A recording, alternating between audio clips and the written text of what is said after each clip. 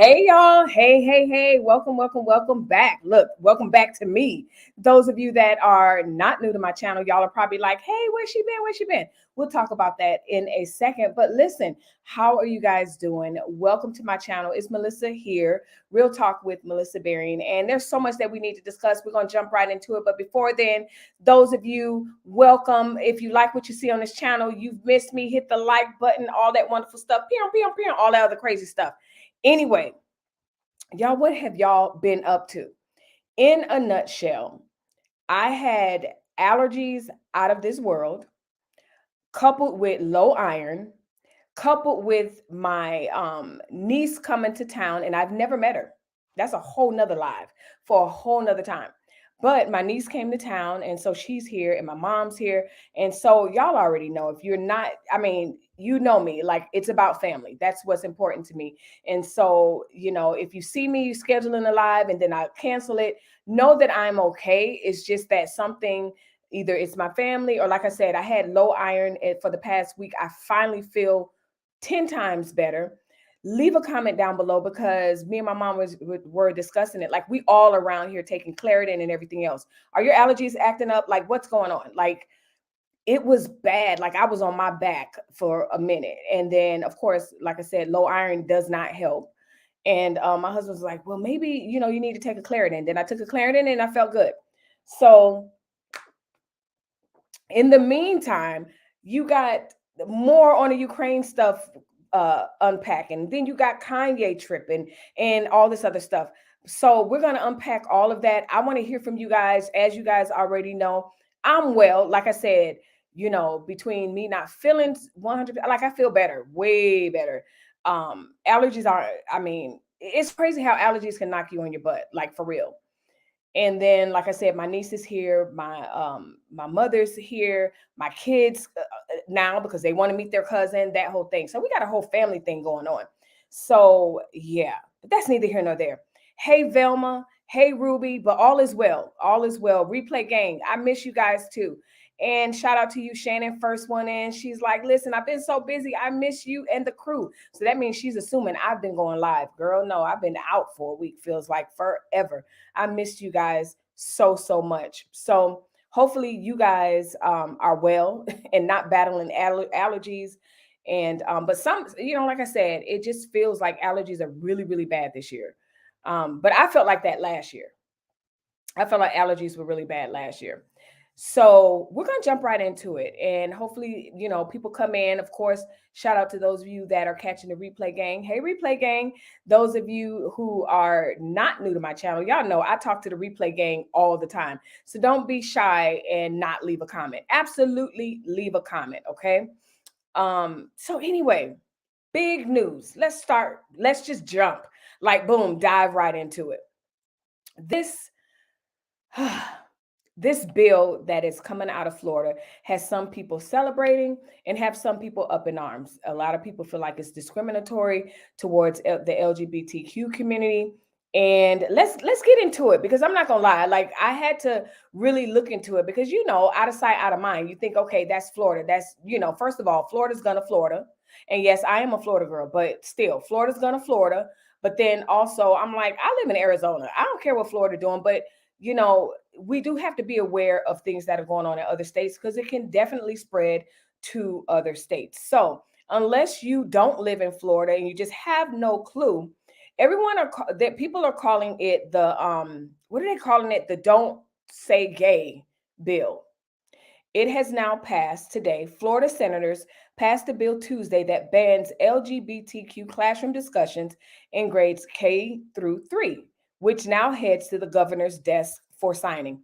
First and foremost, leave a comment down below. Let me know if you agree with this. I'm not even going to hold you. I agree 100% with this. I think that teach the kids common decency, teach them the core subjects.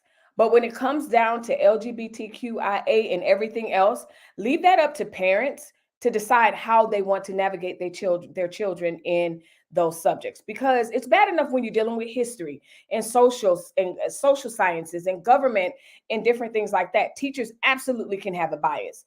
Like they can definitely have a bias. And so if you have kids of a certain age, they come home saying certain things, you already got to deprogram them or give them a different way to view things. And so especially something as sensitive, and somebody, I can hear you saying, well, what's so sensitive about gay? It is sensitive, whether you want to deal with it or not, whether you agree with it or not, or whatever. It's a sensitive subject that I believe just does not belong in the K-3 grades. Absolutely not. Now, as you get up in age, can you include it in health classes and human development and sociology? And absolutely. And also give parents the right to opt out of that. Like a lot of people would feel like, oh, it's weird, you don't want your kids to talk about gay issues or whatever. Like give people the option. Please leave a comment down below. Let me know if you've heard of this and what do you think about it, because if you don't agree with me, absolutely tell me, like, Melissa, you're full of it. I want to hear your opinions for sure. So anyway, the House Bill 1557-70, officially named Parental Rights and Education, but dubbed by opponents the Don't Say Gay bill. And I don't think that's what it is. I don't think, the teachers can't say gay. The teachers probably, won't get in trouble as a result of this bill if they themselves are gay and then they decide to say gay. I don't think that that's what this bill is saying. What it's saying is you're not going to be able to put it in your curriculum to decide to teach my child in grades K-3 about being gay. Now, here's the thing. Some people argue it should be all the way through high school. I want to hear from you guys. Debate me. Let's talk about it. So it passed with a 22-17 vote, along party lines, with Republican majority voting in favor of it, except 2 Republicans voted against it. DeSantis has defended the bill against critics. It will go into effect July 1st if he signs it. And we all know he will likely sign it. There's no reason for him not to sign it, especially if he's one of the main people that supported the bill. So a lot of people are up in arms because they're like, listen, how do you get to a point where we can't say gay? How do you get to, and like I said, I just really don't think that that's what the bill is saying. Now, if you're talking about having a whole curriculum, 1 + 1 is 2, but then you want to add your gay spin on it or whatever, then no, I think that you should. No, absolutely not. I don't. Someone says, when you actually look at the bill, it says no sexual instructions to kids pre-K through 3rd grade. How many parents want their kids to have transgenderism or something injected into classroom instruction? DeSantis says. Now, here's the thing. I don't agree with DeSantis on a lot of things, but I agree with him absolutely on this one. It says it's basically saying for our younger students, do you really want them being taught about sex? And this is any sexual stuff. But I think clearly right now we see a focus of transgenderism, telling kids that they may be able to pick genders and all of that. Again, no disrespect. I think that it's a valid point, because as we see the world of social media blending with real life, blending with people's actual lives, this is going to come up. This is absolutely going to come up. So those of you that you perhaps have like I said, if you have a different opinion about it, I would love to hear it, like for sure. Also, up in arms, complete up in arms. Y'all see it. Russell Wilson has some folks on Twitter, social media, up in arms because, and I don't think it was his idea, but he's being traded apparently. If he agrees to it, and Pete Carroll and staff, they have agreed to trade Russell Wilson. And the deal, let me not mess up this deal. The deal is that the Broncos will get Denver Broncos will get Russell Wilson, and then they will get Drew out of win, middle high, where Broncos quarterbacks Drew Lock and Teddy Bridgewater failed to find much season. Nope. Let's see. News of number 3 leaving the Seahawks is not too shocking, as Wilson has been unable to find success in Seattle. So that's the first thing that a lot of people were debating. Some people are like, you know what? Fire Pete Carroll. Now, as someone that follows the Seahawks, loves the Seahawks, I don't think it's Pete. I said it before privately, and I will say it again. I actually think it's Russell Wilson. I think Russell Wilson, pre-Sierra, Legion Boom days, kicking butt, he was making a way and a name for himself. I think, however, as he began to grow, it began to be the Russell Wilson show. And I think the Legion of Boom we began to see in the Marshawn Lynch days an absolute destruction of that locker room, and there was no cohesiveness. And then it just broke up. It just broke apart. Like people began to leave. Sherman left. This one left. Like people. Only time stuff like that happens when you have such cohesion is if there's locker room disgruntled players. And I think that, and it might just be me projecting how I would feel if we were doing things as a team, but then Russell Wilson is the one that's coming with the money. He's the one coming with the deals. He's the one that's getting all the accolades. Why not be upset? A Marshawn Lynch and a Sherman and all these people, but all you heard back in those days was Russell, Russell, Russell. Now again, if you know me, you know I have a love-hate relationship with this dude because I feel like he's good, but he was not worth the deal that they pinned last year or the year before. He wasn't worth that. But I'm gonna tell you what my thing is. And I know Sierra gets a lot of flack for this, but I do think it is the Sierra effect. And again, I don't mean this in a shallow way. What I think is Sierra put him on great negotiators, great contract lawyers. Great, like he got a contract that was out of his world that he had to live up to. He had to prove himself to. I don't think he was that great to get that. I'm sorry. As a Seahawks fan, absolutely not.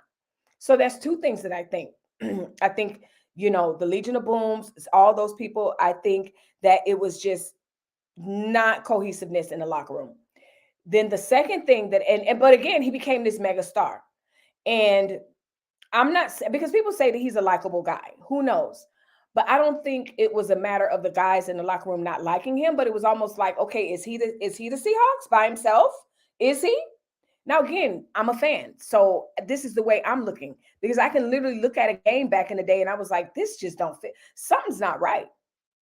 And then you would see the other players slowly but surely like, okay, because again, I think back to, my days of competing and stuff like that. If you get to the point where the team feels like your one star player is the team, they're not going to block them. They're not going to care.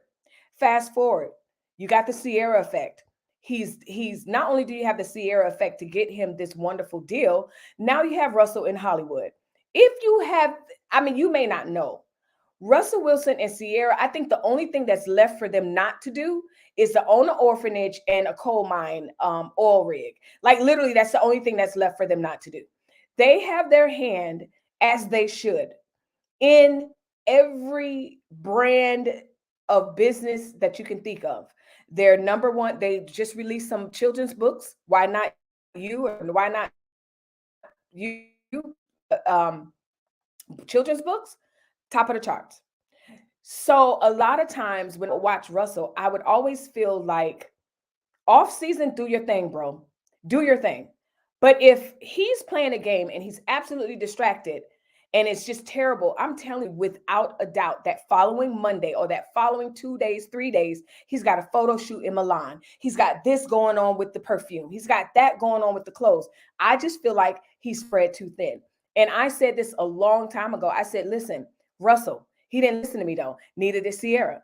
Listen, Sierra, if you want you to stop being blamed for his failures, and I use that very with the lowercase f, bruh, be about Hollywood and all y'all endeavors on the off season.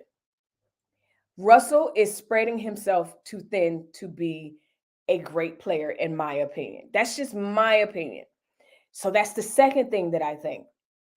The third thing is this astronomical contract, and then he gets injured.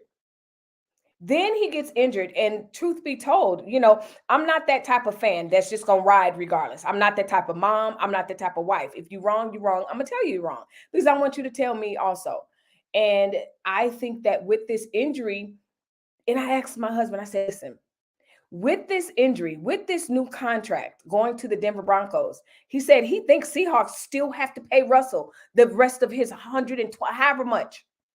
I said, see, so he's winning. Listen, this is too much. And it has the NFL, it has the fans in an uproar. Those of us that saw this coming only because he was not an asset to the Seahawks anymore. He did not recoup well, in my opinion, from this hand injury because he rushed it. He came back too soon. And again, I get it because Russ does appear to have such a love for the game that he probably didn't want to stay out as long as he probably should have. But time will tell. This trade is pending his agreement. It is, on the table, and we don't know. Now, what kind of shook me as a fan was just after the rumors, because the rumors happen every offseason. As soon as the season ends, Russell's going somewhere else. Like, that's what people say. But what got me was he was just 2-3 days ago on Jimmy Kimmel, I want to say, talking about how he loves Seattle. He's there. He means it. But this was also on the heels of him cleaning and scrubbing his social media of all things Seahawks. So there was some things going on. We don't know the details. I'm just waiting to see, first of all, if he accepts it, because that's going to be interesting. Does he want to go to Denver? Does he? I mean, Denver, you uproot your kids. Their kids are now at the age where they're definitely going to school in Seattle, and Sierra has made a home. They have a beautiful home there.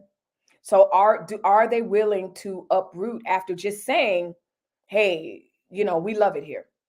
And again, this is not something that he chose to do.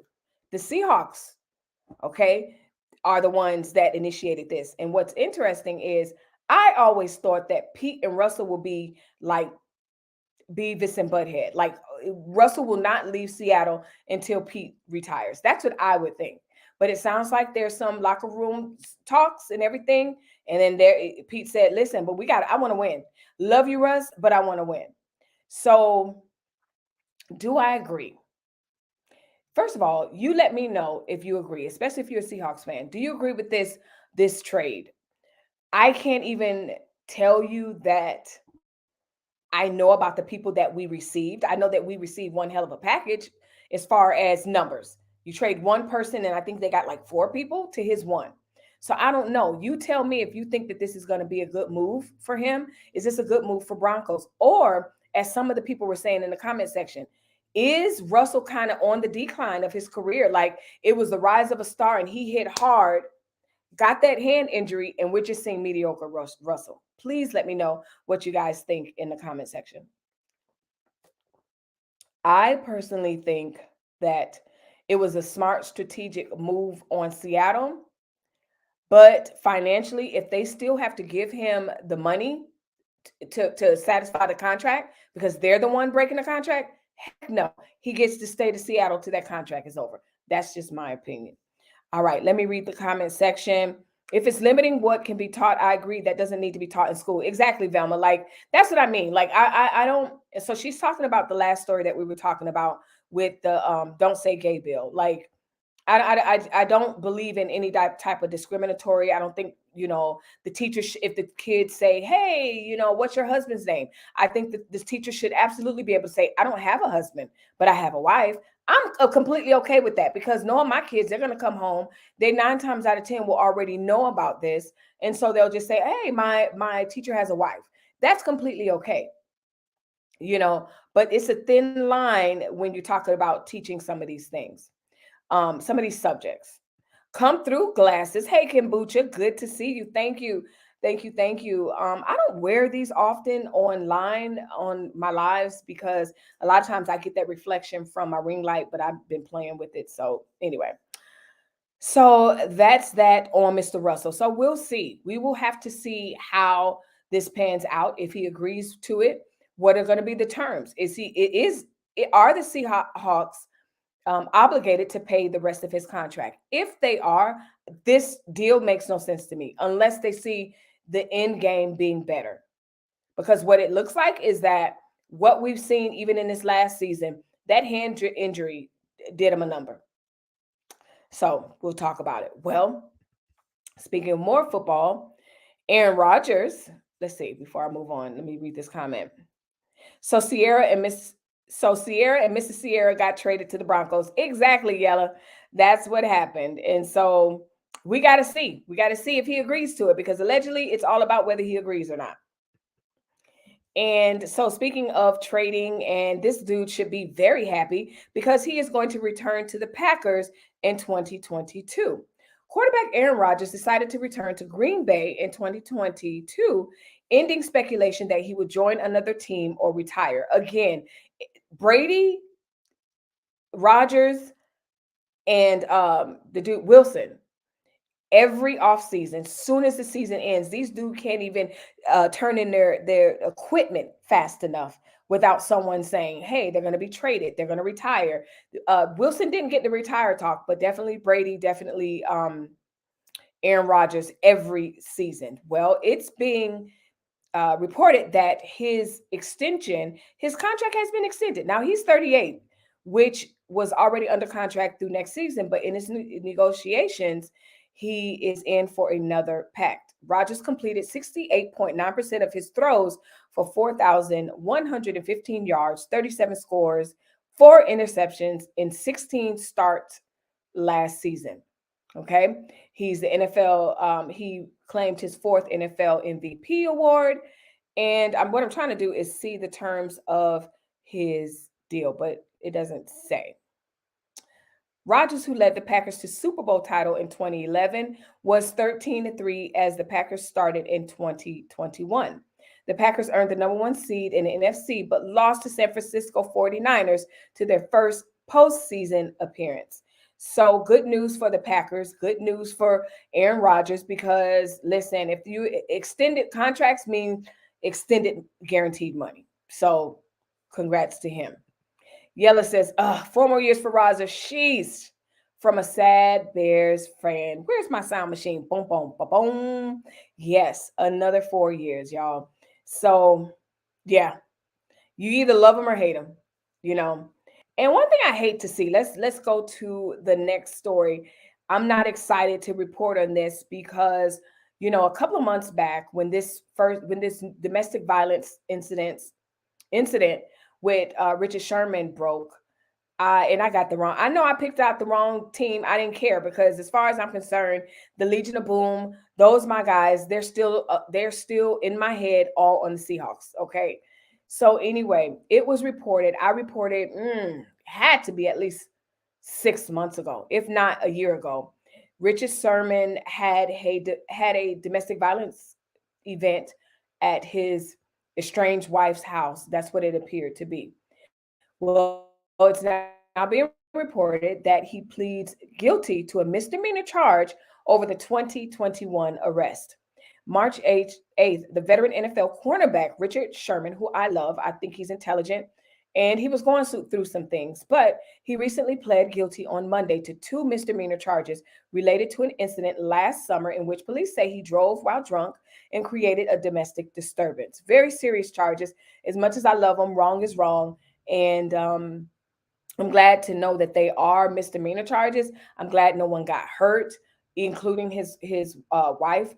Sherman, 33, entered the plea on Monday and was given a suspended 90-day sentence. Wow. And was also credited for 2 days served in custody. Now, here's the thing. I don't know a whole lot about law, DUIs, and all of that, but is that sort of a lenient sentence? So he has the 2 misdemeanors for driving while drunk. And then, like I said, he was trying to enter into the house where his wife was at, and he was banging on the doors and stuff. So no one got hurt in that, but she's the one that called 911. So do you think that this misdemeanor charge and the sentencing of 90 days, is that on par? The 5-time Pro Bowler pled guilty to negligent driving in the first degree and criminal trespass in the second, as well as a traffic infraction for speeding in a roadway construction zone. So we have negligent driving. I don't know the law. If it's 2 misdemeanors, 90 days, I guess. So that's 3 months. Okay. The speeding, and so he got credit for 2 days already. Now, is this night? He's given a suspended. Oh, it's a suspended 90-day sentence. So does that mean he doesn't even have to do the 90 days? Okay, Sherman, money make it do. Listen, money makes some things A-okay around there. The 5-time Pro Bowler pled guilty to negligent driving in the first degree and criminal trespass in the second, as well as, okay, I said that. The speeding fine comes with the $500 penalty on top of a suspended fine of $1,000 for the other 2 offenders. So suspended.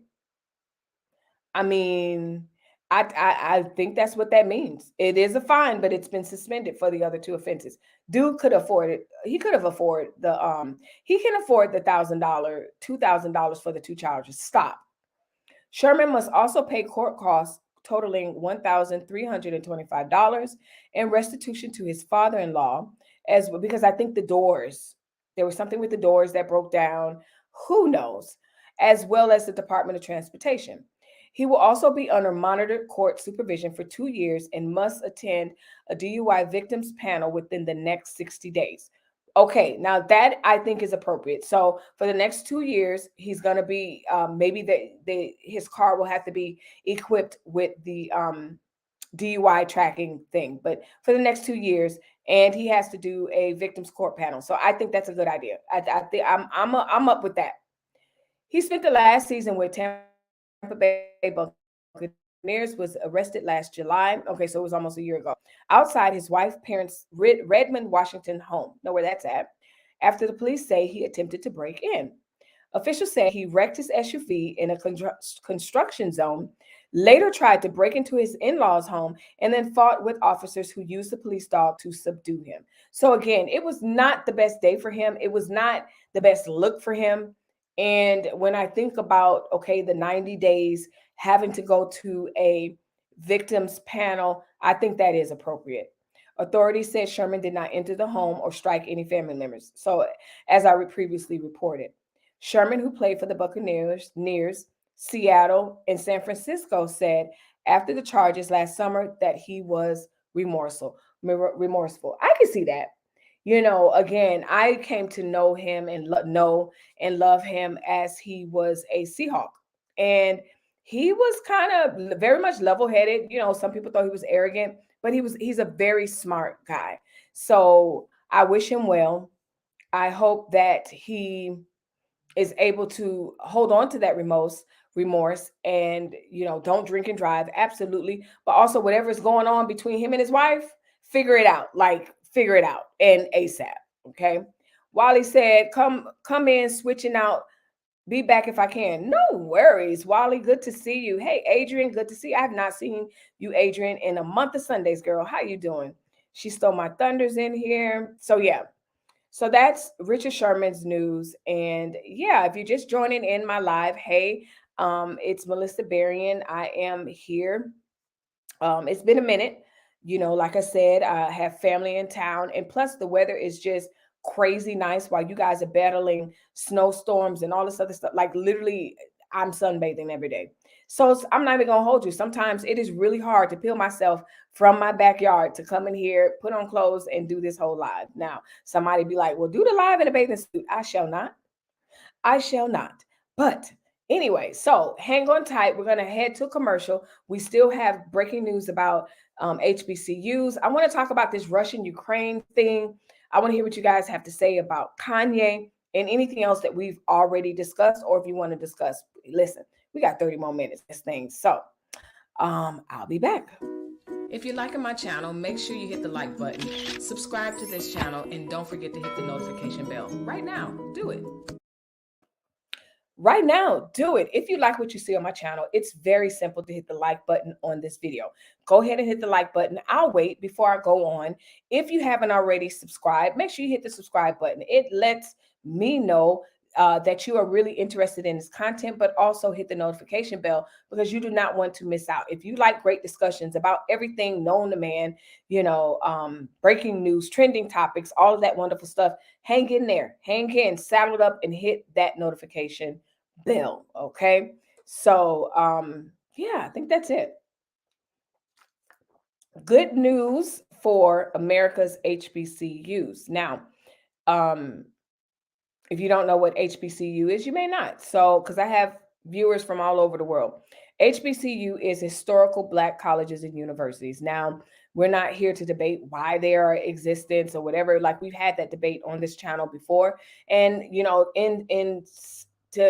in some, there was a time where I know it's hard for some people to believe, but people didn't want Black folks to join colleges and be in their colleges and be because God forbid there's a Black person to be in our university. And so just like, regular schools, lower education, secondary education, just like salons, restaurants, and everything else, we had to do it with HBCUs. And so they have a long, long, long standing history in the United States of educating and pushing out massive educators and just great formidable educators and educated individuals in whatever field that they choose. That's what I'm trying to say.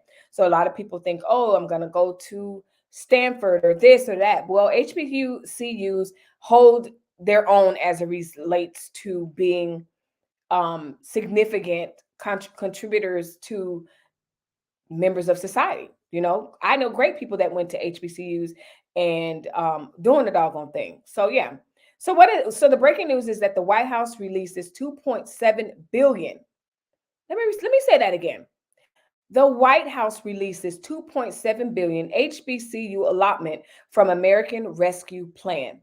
Now, before I go any further, I'm sitting here and we're going to talk about this Ukraine situation in a minute.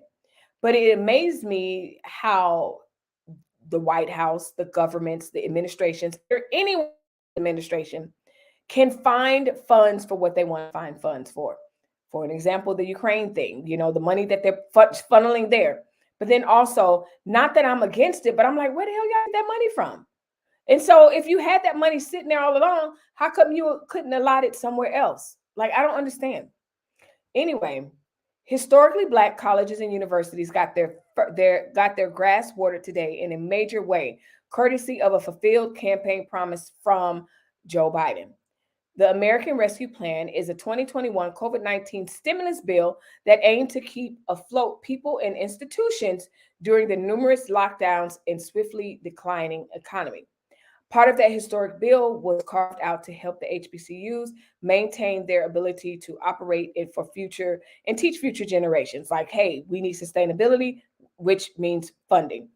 And, you know, I am down with this 100%. Like, I can't argue with, you know, trying to funnel money or give money to these schools. You know, FAMU received 99 million and 200 such such such. So it looks like FAMU got the most. Go FAM. Florida A&M. So a lot of universities within in the millions is what they got. Double digit millions. Some, you know, Tuskegee got 30 million. You know, they probably should have got more. 31 for Hampton. Virginia got 39. Norfolk, I hate saying that word. I really do. Norfolk. Norfolk. That's how to listen. I hate it. It's just my mouth just, yeah. Anyway, they got 52,000 and some change. So I'm just saying 52 million. And then it's like 300 and whatever. So they all, you know, Clark, Morehouse School of Medicine, Spelman, Grambling, Morgan State, Alabama State, Alabama A&M University, like North Carolina, like so many universities have received this stimulus, which is good news. You know, I remember growing up during the era where there were so many campaigns to get these schools funded. They were always been underfunded, but not necessarily underserved. Because one thing I know about Black people, one thing I know about my people, we are resourceful. We're going to make it happen. We're going to figure it out. And so, of course, depending on the strength of the alumni, depending on the strength of the people that are rallying around the school and really wanting to champion behind the needs of the school, depends on how successful it will continue to be. And so shouts out to, first of all, the Biden administration for upholding a campaign promise to fund these schools. The White House, not known for its promotion of important developments that may actually help the current administration constituents, released a state-by-state breakdown of all the HBCUs that will receive funds and how much they will be seeded down to the penny. God bless transparency. Now, we can hold these schools accountable for where the money goes. That is a big question. Where is the money going to go? And so hopefully there are committees in place, directors in place, tools in place to be able to not only track people that are handling the money and receiving the money, but also who are in charge of where and which department the money is going to go. Okay. Someone says we shouldn't be hearing about decrepit dorms, lack of air conditioner, and subpar food services, which was a part of last summer, I want to say. In the beginning of the fall, it was a whole great big thing because Howard University and other universities, like these buildings are so freaking old and again, underfunded. So it's like they are making do with what they do. But I just want to challenge that thought and say, come on now, y'all did have money to be able to upgrade these dorms and to provide air conditioners. So don't just funnel the money in the band. Don't just funnel the money into sports. Upgrade those dorms, get those departments, those actual classrooms up to par, and also scholarship the money to some of the students that really, really have potential to make something of themselves, but can't really afford to be there. So, good news for America's HBCUs. They received a windfall this week. So, happy for that. Now, before I get on the Russia Ukraine thing, I wanted to touch on Mr. Kanye and his antics. Since we last met, it is being reported. Number one, Kim was before. Let's see. Yeah, when we last met, Kim was petitioning to the court, like, speed this up, speed it up. I can't take it. Like, speed it up. This dude is nuts. I don't want to deal with it. Like, I'm done. The courts came back and granted she is considered a single woman. Now, in the process of all of that, Kanye, I did a whole live about him tripping and doing all of that, but then coming back and saying, "Hey, I don't want that to be used against me in court. So let's kind of do something, Judge, where she can't enter my tweets and everything in court." Judge was like, "No, I'm gonna allow it." So Kim, and then in the middle of all of that, Kanye is seen all about town prancing with a new chick, which is what I find problematic. It's like, bruh, how do you get to harass her for Pete Davidson? How do you get to harass her for I want my family back and all this? And then in the middle of all of that, you come with this new chick after having the Megan chick. It's giving much narcissistic, it's giving much selfishness, and Kanye, go sit down somewhere. Go sit down somewhere is my opinion and is my advice to him. I don't think any of this is funny. I don't think any of this should be taken lightly. If Kim has not taken into consideration to get any type of protections for herself against this dude, I think she really should. Not that he's going to do something to her or whatever, but just to be able to say, you know what? Don't at me in a tweet. Leave me and my boyfriend alone. It's been reported that Kanye had this video and he showed himself burying some semblance of Pete Davidson. Like, how sick is that, dude? Like, what are you doing? What are you doing? Again, while he's on the arms of the new girl, while he has all this stuff coming out, like, it very much obsessed. Yeah. Then let's see. Let me see. I'll click on that because it gives the poem. Then I was on social media and it was showing highlighting a bleak poem about being dead. In last week he debuted a poem called Divorce. Okay, and now Tuesday's poem is called Dead. Let's see. One line is, "No one wanted to tell me I was dead, and only people that would talk to me were in my head." The poem begins. "No one wanted to tell me. Only people loved me, visit me in my dreams instead." Oh, Kanye, Kanye, Kanye. I did my review of the first Genius episode. My next one will be coming out this week. And I want to talk about it because, again, it gave me an insight into this guy and what he was about. And mainly, ultimately, I want to see more from the docu-series, but also I just really think his mom was a major stabilizer for him. And right now, no one can tell Kanye what to do. No one. And not that you or I or any of us need people to, quote, tell us what to do, but we do need sounding boards. Like, if I'm getting erratic or, I'm all over the place, my husband should be my piece to say, dude, like, what's the problem? Tell me what's on your mind. If he's stressed about something, if he's whatever, if you have all yes men in your life, or if you all think the same and no one's challenging your thought to do better, to be better, that is problematic, in my opinion. That is what the problem is. And so I think that that's what happens to Kanye.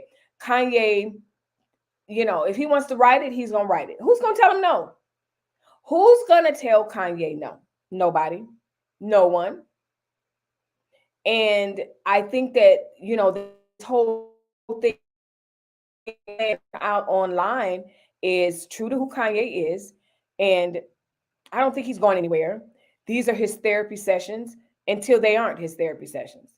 And a lot of people were saying, for him to release this poem, like I said, first it was the divorce one, now it's the one dead. And is this a cry for help? And some people were thinking, you know what, this may be a cry for help for him. And I don't know. I don't know. And if he was a close friend of mine, I would call him and say, hey, dude, are you okay? Is this a new song? Is this a poem? Like, what's going on? Like I said, I'm not the yes man friend. I'm going to challenge you in thought, especially if I think that you want to hear it. Now, I may leave you to your own foolishness and mayhem. If I think that you're just not going to listen, then go right ahead. Have at it. I have nothing to say. No judgment zone. I'll be here when you're ready to talk about it. I'm absolutely that friend, but I'm not the yes man in the room where no one will challenge Kanye. Kanye needs some people around him to say, hey, is that the better thing to do? But then the question is, will he even listen? I don't think so. I absolutely don't think so. So we'll see what the next poem is going to be.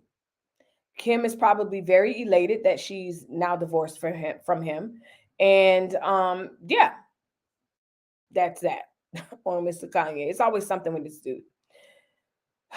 So the Russian-Ukraine conflict continues to go on and on and on. The last time you guys saw me, I was doing the breaking news that Kiev was almost being invaded, and so much has happened since then.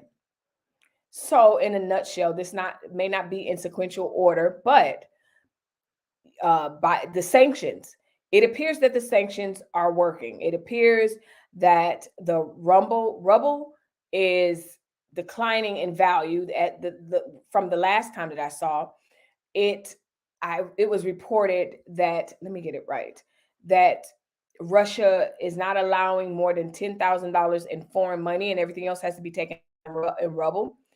It was being reported that so many companies, McDonald's, so many companies are ceasing operations in Russia. So my point in saying that, since we last spoke, is it doesn't seem like there's a lot of people rallying around Russia in Putin and the foolishness and mayhem. Zelensky is being touted as this great war hero, this great president of merit, to be able to stand by his country and not leave. He is there. And one thing that became breaking news, I want to say on Friday or Saturday, when he met with the U.S. senators. And before that, they were briefed, like, dude, do not say where he's at. Don't do pictures. Don't do anything. Well, we have two United States senators that was like, oh, this is our opportunity to take pictures and talk about the fact that we were in a meeting with Zelensky. I don't think that was coincidental. I do not think that was something that was slight, like, oh, it was just in jest. No, this man's life is in danger. And just as well as Putin's life is in danger. So why would you do that? To me, is just absolutely irresponsible, even on a level of just letting everyone know that they're meeting. So Ukraine, very surprisingly, I knew within the next 2 days of after he invaded, I knew within the first 2-3 days, I was like, oh, this did not go the way Putin thought it was going to go. It definitely did not go the way he felt like it was going to go. I think he thought that the Ukrainians weren't ready. It is very much urban guerrilla warfare. Those people are fighting for their land. They are fighting, like, they're taking down jets. They are interrupting convoys. They are not playing. And people, the United States have shipped aid in money wise. And a lot of people are believing the talking point that, the American troops will not be involved. I do not believe that. I think eventually they will be. I think that we are involved indirectly, but we are very much involved. But to save patriotism, or I want to say save face, but that's not what I mean. To not get people up in arms, okay? As a civilian, yes, this looks really like, okay, good, we're not going to war. As anyone affiliated with the military, I absolutely, child, please, they already have people over there. So come on, like stop. They already have people on alert. They already have people going over there. For what? Because one thing that I continue to hear from people that have talked to Putin, that have talked in these meetings, whether by himself or within a group, they're saying this dude is unhinged. They do not know, he's unpredictable. We do not know what he's going to do next. Words like enraged, frustrated, all those words are coming out uh, from those meetings. And so as a result, like, do I think that he's going to push forward? At first, I had a pinky bet with my husband. I was like, okay, he's going to have the majority control of Ukraine by Wednesday, because that's what it was giving me. You know, he was giving me like, I need this to happen soon. But now I'm going to take it back. I took it back, immediately. I was like, well, he didn't think so. So the question then becomes, okay, either he's going to go at this small snail pace where he's getting his butt handed to him in one way or another. Of course, Ukrainians are getting their butts handed to them as well. But there's a lot of war crimes that are being committed. He's not following, the rules of engagement, so to speak, as it relates to civilians. So what is he going to do as a result of his frustrations and all of that? Leave a comment down below. Let me know how you think this is going to go. I think eventually, I don't know if nukes are going to be involved in it initially, but I think after a certain point, it's like, what does he have to lose? Because one thing I know about people like him, dictators like him, they want to save face. And the fact that he was met with such resistance in the very beginning, I don't think he was expecting that at all. I don't think he was. So time will have to tell. There's so many things. Let me see. Let me check. There's so many things that are breaking, like it's breaking news by the second as it relates to this Ukraine thing. And just like I said before, I report on it. I don't think it's anything that, okay, so Biden announces a ban on Russian energy imports. So again, I was one of the ones, and there were a lot of people that were like, okay, sanctions, smanctions. The sanctions are definitely working. The bans are definitely working as far as putting the pressure on Putin. But then it's counterproductive because I think it's agitating him. And so the question then becomes, what's going to happen once he's agitated? What's he going to do? We shall see. So, okay, Saudi UA leaders decline calls with Biden amid Ukraine conflict. So the leaders of Saudi Arabia and the United Arab Emirates declined a request to speak to President Biden during the Ukraine crisis, officials say. They both took calls from Putin. So that's an indicator. Okay, so we have Saudi Arabia and United Arab Emirates. Why can't I talk tonight? They declined to talk to Biden, but wanted to talk to Putin. Is World War III on the rise? Like, is that something that we should consider? Is that something? And if that's something that you are considering, what are you doing to prepare? I think that's the greater discussion. We've been talking about it for the past couple of months, but now it's kind of hitting home. The oil prices are listen, if he just announced today that no oil is going to come from Russia, the prices have already in an hour are already at $4. You can definitely expect an increase. And now you have the Biden administration and they're like, hey, everybody needs to go back to work. Well, people are like, listen, I'm not going back to work unless you're going to give me gas stipend or something.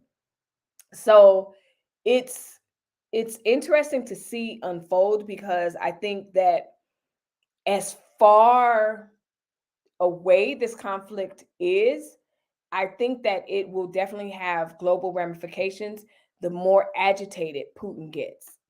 Okay. Let's see what else is going on in this Ukraine thing. But again, I don't think first of all, I think it's all continue to be counterproductive to argue with each other. I think that's just silly. Are you for it? Are you not? It's Joe's war. It's this one's war. It's this one. Okay, at the end of the day, okay, so what are we going to do about it? Gas prices are going up. God only knows what other imports or exports are going to be limited as a result of this war. So what are you going to do about it? My take is that people should really begin to plan and prep. Prep for what? If you have somebody with the power and capabilities that he has, plan and prep. Okay. I'm not a prepper professional. So, maybe you need to start Googling. That may mean um, gardening and growing your own food, weapons, all of that. Because right now we feel so far removed from it, that from the conflict, because it's not a world thing. But what if it hits home? What are you going to do? Exactly, Adrian. An agitated man is an unpredictable man. I miss this girl. She got so many smart parts. I miss you, little sis. Hope you're doing well, cleaning collard greens and living life to your fullest. Yeah, and that's what I'm saying. Like, an agitated man is an unpredictable man. The most, unfortunately, unaliving situations that you see when it comes to domestic violence is a result of an agitated man or an agitated woman. And when you talk about agitated plus someone high on power, high on pride, because you can't tell me he didn't think, oh, listen, I'm invading and we're going to hit this. Ukraine's going to be mine in a week. And it just simply didn't happen that way. And I think it's hitting him in his pride. So I think it is important for you to have conversations with your loved ones. I was talking to someone, I can't remember, but they were like, listen, like, why would he use nuclear arms if he will be in the, I don't know, in the way of it? He will be exposed to it. That's what I'm saying. And I think that people like that, they don't always think consequences, like future ramifications. Or they think future because he's headed to Poland, or he's headed here, or he's headed wherever he's headed, gets himself out of the way. So it's interesting. It's very, very interesting, because I feel like in a lot of ways it feels how World War II sort of began, in the sense of everything that was going on in Germany, that whole thing. And then it's like, oh, I'm going to stay out of it. Like, what if everyone stayed out of that? With these millions and millions and millions and millions of people being terminated as they were, massive. It's given me the same thing. What if the world decided to just say, that's just Germany? Hey, that's just them. And I feel the same way. Now, I'm sure he has underground bunker or something. Absolutely, Velma. He got an underground bunker. I don't put it past him. Leave a comment down below, especially you replay gang. I talk to you guys. Let me know if you think that, yeah, it's not going to go that far. You guys are being dramatic. You just don't know, because he's agitated. His pride is taking hit after hit after hit. Every time Zelensky comes on that television and everyone is hailing him as a hero and the best leader and all of those accolades that people say as a result of him being on there, that's a blow each time to a Putin. Each time. So let's see. Let's see what's going on. I just don't think he's just okay with this going the way it is without escalating. Biden tweeted out, he said, today I'm announcing that the United States is targeting a main artery of Russia's economy. We're banning all imports of Russian oil and gas. Lord have mercy. You see? Zelensky says the world doesn't believe in Russia's future, doesn't talk about it. They talk about us. They're helping us. They are ready to support our recovery after the war. Because for a nation defending itself so heroically, there will most certainly be a future. This man, he's not going down. Hey, listen, he's not abandoning the ship. I can tell you that much. And he's not going out without a fight. And, I maybe we'll talk about this on Thursday, but we have yet to even talk about, how Black and brown people are being treated as they're trying to migrate out. That's a whole nother live by itself, because how in the hell, I mean, it's just one thing after another. That's all I'm gonna say that. Yeah, exactly, Adrian. Exactly. Let's see. So if you don't think this is going to affect you and you're just like, oh, that's just them over there, that's their business, I'm telling you right now, friends, prepare. Because the more sanctions I did a live before a couple of weeks last week, and because I was breaking down the sanctions, and I was like, okay, so what really do we get from Russia? We get a lot of things from Russia. We get a lot of imports from Russia. I ain't gonna repeat it, because if I repeat it, then I'm gonna sound like Omar Johnson, Umar. You don't find that suspicious? I'm just saying. We get a lot of imports from there. So you shouldn't at least look at this conflict with one eye open and wondering, okay, what is it that I need to do to prepare for something hitting a little bit closer to home? And we'll just have to see. We'll just have to see what the ramifications are going to be. I'm not going to put my head in the sand and go, oh, that's just over here. Don't worry about it. If you have a loved one in the military, like I said, you can believe this mess that we're not going over there if you want to. Believe it if you want to. But yeah, no. We're over there already, and people will definitely be going over there. Now, I'm not saying what they're going over there for and all of that. Nope, not going to say that. However, it's a thing. Let me see what else is going on. Yep, so McDonald's pulled out. Oh, I forgot to talk about this Brittany Griner thing. I did want to talk about that. That can kind of fit here. So, unfortunately for her, this was just Brittany Griner is reported to be held captive in Russia for 3 weeks now. And what a lot of people seem to think before the first breaking, like, guys, before you jump on the story, you got to come here for the news. Well, anyway, Brittany was, let me see if I can get a picture of her. There it is. She was detained at the airport. All right, let me show you her real quick. And a lot of people automatically assume, like, what is she doing over there? Why would she do that? Doesn't she know it's a conflict? Well, my friends, let me see. It's not that. All right, there we go. Wait, where is it? Oh, there we go. So this is her. Young lady who plays professional football, women's basketball here in the United States, but also she plays over in Russia in the off season. So let me remove that. There we go. So she plays over in Russia for the off season. And a lot of people thought that she was just like, oh, I see that Russia and Ukraine are about to begin this conflict, so let me go over there. No, she goes and plays basketball over in Russia in her off season. And from what I understand, she's been doing it for the past 10 years. So doing it for the past 10 years, haven't been in trouble that I know of. So that tells me she's aware of the rules. She knows what's going on in that area. And so it's been reported that she had cannabis oil in her vape. And that's against the law in that country. She went through TSA. They found it. The sniffing dogs allegedly found it. And she is now being held. She's been held for three weeks now. Yes, Velma. A lot of people are really feeling, yes, me too. And I think it's Griner. Tell me if yeah, it's Griner.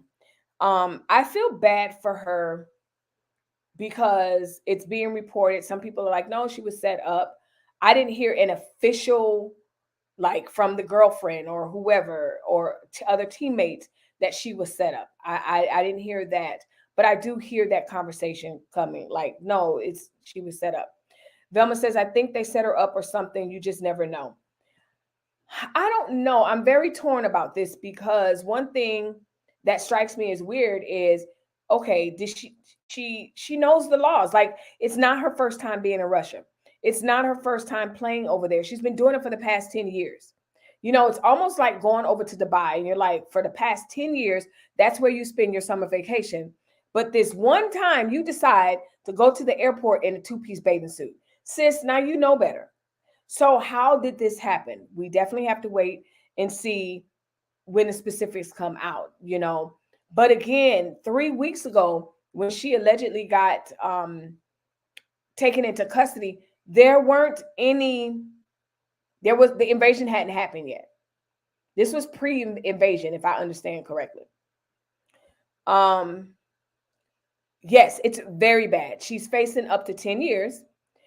And the problem is, even though there was no conflict, I believe soon as she was held in custody, once the conflict happened, everybody knows right now she's considered a commodity. Like she can be a bargaining chip, a bargaining tool. And unfortunately, I don't see the United States bargaining with Putin for her. I don't see it.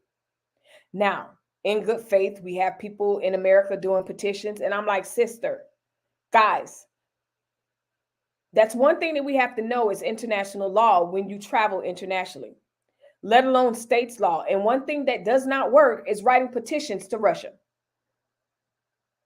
You're not going to be able to write a petition to release Brittney to Russia. That's not going to. It's in good faith. Don't get me wrong. It's whatever. But come on, it's ineffective in Russia.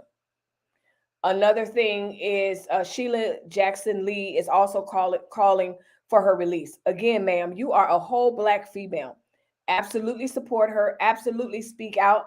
But ma'am, this has now become a huge, major political story. Hopefully she will not be used as a pawn. But I think we all are thinking it in the back of our head. She's a pawn. She's going to be used as a pawn. Ain't nobody want to be detained on foreign soil. Listen, nobody. That's the problem you do not want to have. And so one thing you need to do when you're traveling to these places, I got flued out and all that stuff. It's bad enough to be detained in your own town, let alone in another state, but in a whole different country. You do not get to apply American tactics, i.e. GoFundMes and polls and petitions to release her. That is a moot point in Russia. The things we do, the outcry physically as well as writing things down that we do in America when we're upset. So I'm going to do a petition and a what's the other one? Not a GoFundMe, but the other one, the other one where people write polls and everybody got to sign it. It's not a GoFundMe. You know what I'm talking about? It's the website, whatever it's called. That doesn't work in Russia. And so part of me is like, there's no way with this woman being over there for the past 10 years, playing in Russia, never had this problem before. And that could very well be what the problem is. She probably got caught. Then I saw a tweet where somebody was like, come on, man, you are a freaking millionaire. You could have threw that oil away. You could have threw the whole vape away and just got you a new one. So it just makes you wonder. It makes you want to know more. It definitely makes you pray for her because I feel sorry for her. I don't wish this on anybody because 10 years in any prison is one thing. But when you talk about Venezuela, Russia, Black woman, this is terrible for her because I do not see the United States bargaining for her return. I don't. We're not negotiating for her return. What is it that Putin will want? Jesus, I don't know. Ain't nobody want to be detained in foreign coming. I just don't think if you've been going over for 10 years, she knows how the airports are and the rules. My only take with that is, and I don't know Brittany specifically, obviously, and I don't follow her on social media or whatever, so I can't get a feel of her personality. But one thing I do know, if I can just play devil's advocate for a second, one thing I do know, they get to a certain point with their millionaire and celebrity status where they really do some stupid stuff because they think that the law does not apply to them. And so, but it does make you wonder, like, Brittany, that couldn't have been you. Like, that's not you. But the flip side of that, I'm like, ma'am, were you not thinking? you could, like I said, you are a whole millionaire. You could buy several of those cartridges. Did she forget? That's one hell of a, listen, when I am flying domestically, the way I recheck my luggage, the way I recheck my bags, the way I recheck my carry-on bags, I do not play. Because TSA is one thing, but I don't have time for your little dog coming up to me and all that. Like, go, just go. But again, I've told you guys this before. I'm a rule follower. And so it just makes me wonder, like, did she get away with this before? And then this one time she got caught up. Is this the case of the American celebrity? Because we see it. Okay, what about the NFL guy? The guy in the NFL, he's now suspended because he was caught betting on NFL games. He's an NFL player that was caught betting on NFL games during the season. Bruh. It's like you could take people out of the hood, but the hood mentality is still there. It's weird. And then to your point, Velma, you have someone to say, man, I don't see him getting caught up like that. But he did. You would think that, and I guess this is just our mindset because we're not millionaires. We're not in that situation. So our conversation is, you know what? If I had a chance, I'm telling you, they won't have to worry about me. I do this. I'll be dressed right, dressed. But when you have that type of star power that these people have, you know, a TI or this one or that one, and they're caught with weapons, it's like, just keep your nose clean. We did this story on Richard Sherman. Sherman, if you listen, keep your nose clean. You're not that big of a, like, you're never that big of a star. So Velma says, something is up. I just don't see her getting caught up like that. I don't know her like that. You know what I'm saying? And yes, common sense says, nah. But the other, so then I want to know the story. Like, her teammates need to, like, is she the only one that goes to Russia on the off season? Who was with her? What was the story? Was she traveling alone? Were there other people with her and they saw what happened and the dog sniffed and it didn't sniff and whatever? Was this her carry-on or was this her check bag? We have needs to know. Because we can't really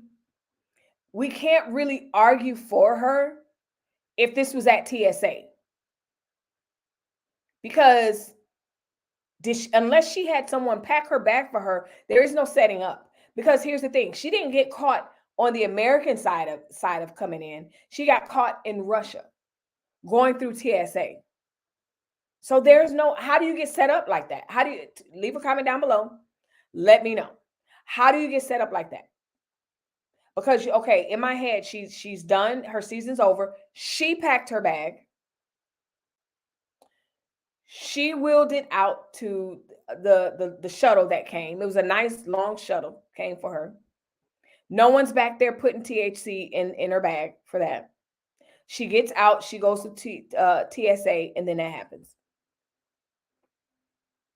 I know it sounds far-fetched, but these celebrities be doing some crazy stuff. And I just want to know, before I jump to a conclusion, I want to know what that day looks like for her, to be able to spot a moment where she might have possibly been set up. Was it housekeeping? What, like, come on.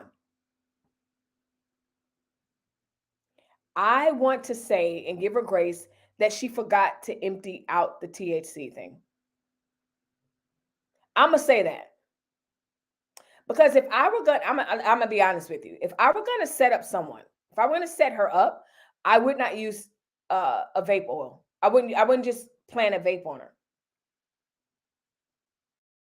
Actual stuff. I'd use actual drugs. Allegedly. So I'm going to do some more researching. We did get the video of her mugshot. I feel so bad for her because I don't wish this on anyone. But if this comes down to negligence of just her forgetting to empty the vape out, man, what an expensive mistake. And the fact that she's been there for 3 weeks, and here again, folks, American rules do not apply to foreign countries. So change.org. You can do a change.org. You can do a GoFundMe. You could petition. You can get your senator, your congressman, and everybody else to stand up in Congress and demand her return. That means a hill of beans in foreign countries. So you have to govern yourselves accordingly. And of course, when your loved one is in this situation, you want to do something. But like I said, I got to find out more about this day before I just say she was set up. Before I say she wasn't set up. Let me see if there's any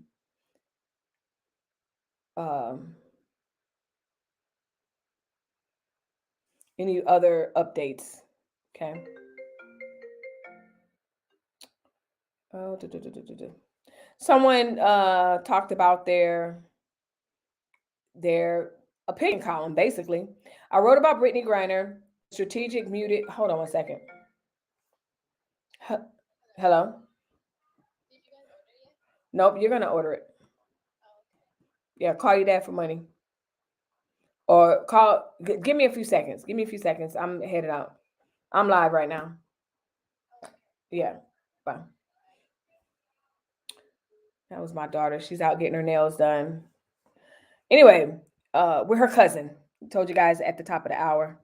We have family. So anyway, he says he wrote an opinion piece, the strategic muted reaction to her, quote, detention in Russia and why raising the volume on this could be extremely important to securing her passage home.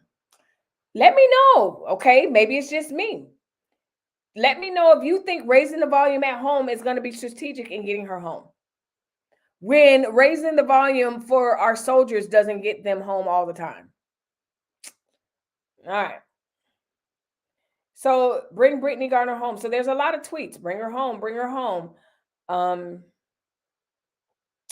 CNN's Lucy Kafanov reports why the growing rift between the U.S. and Russia makes it more difficult to secure the release of 3 Americans held in Russian custody. So I'm getting, including WNBA star Brittany Griner. So I'm getting more details, and I'm looking at the video. Let me see if I can find it. Let's take a look at the TSA video because I just saw it. I'm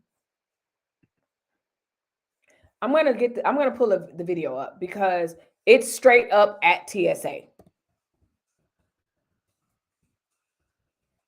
And if that's the case, y'all, I don't know if I can buy unless someone packed her bags. What happened?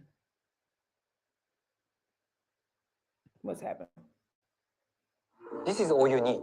Open the No, I'm gonna look for the video because I want y'all to see the video I just saw. Because I'm like, they have, the closed circuit television video. And I do wish her well. I do wish her well. I just don't know how this will end for her. It'll just be out of the goodness of their heart. And I don't know if right now they have any goodness in their heart right now. I just don't see that. Okay. Because like I said, folks, they are PO'd. Okay, so here's the video, I think.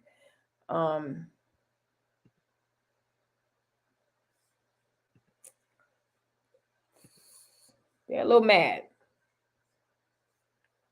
Those sanctions seem to have gone. All right, here it is. Just going through. Oh, y'all. Oh, no. Oh, no.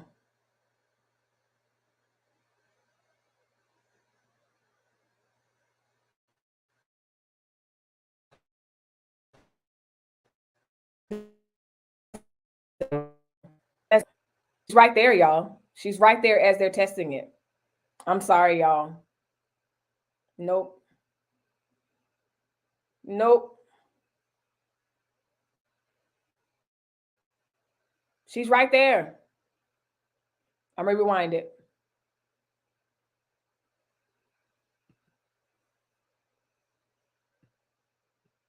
There we go.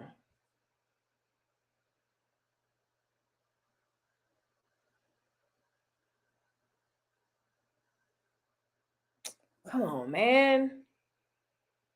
It's her carry-on. It was her carry-on.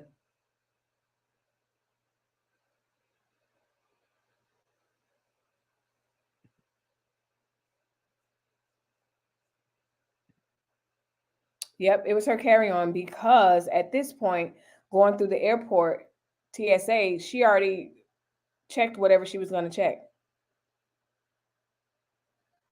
She appears to be there the entire time while they're going through her things.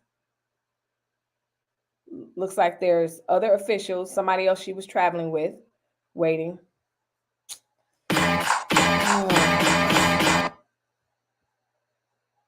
Well,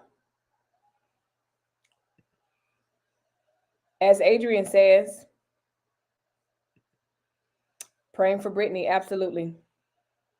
I think this is just a very expensive mistake for her. That's what I think. That's what I think. Man, I'm shaking my entire head. Yeah. So anyway, folks, we're almost at an hour and a half, which really doesn't matter. I'll keep the conversation going as long as I could. Like I said, I have out of town guests, family in, and all of that. So if you see me not live, I am alive. There's nothing wrong. But as you guys know, family time definitely comes first as it relates to all of that. But I will definitely be back because I need to do a review of Kanye West's Genius Part 2, and then I think Part 3 is even out. So I'm behind on that, but I finally feel better. I'm drinking my water. I think my iron is trying to do what it's doing, but the allergies are definitely better. So with that being said, yes, let's continue to pray for Brittany. Hopefully, it's just y'all. I'm not even gonna put my mouth on any of that. I'm not gonna do it. I'll see you guys on Thursday. Have a good evening. Thanks for watching. Make sure you hit the like button, subscribe if you haven't already.